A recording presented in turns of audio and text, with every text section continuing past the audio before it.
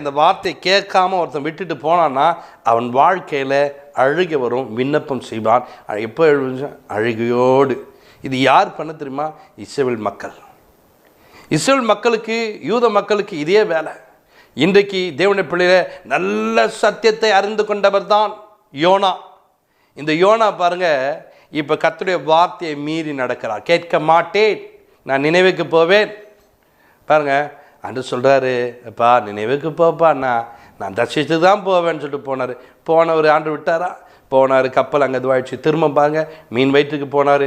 அங்கே போய் கூனி குறுகி இப்போ நான் உங்கள் வார்த்தையை கேட்குறேன் ஆண்டவர்ன்னு சொல்லிட்டு ஆண்டவர் துதிக்கிறார். இப்போ பாருங்கள் தேவனுடைய பிள்ளைகளை, இன்றைக்கி அநேகருடைய வாழ்க்கை இப்படி தான் மாறுது. நெருக்கப்பட்டு ஒடுக்கப்பட்டு அதுக்கப்புறம் நான் கர்த்தருடைய வார்த்தையின்படி நடப்பேன், படிக்க மாட்டு கேட்குறாங்க. எங்கள் சுகமாக உன்னை நடக்க பண்ணாரே, சுகமாக உன்னை ஓட வைத்தாரே, சுகமாக உனக்கு நல்ல ஒரு வீட்டை கொடுத்தாரு.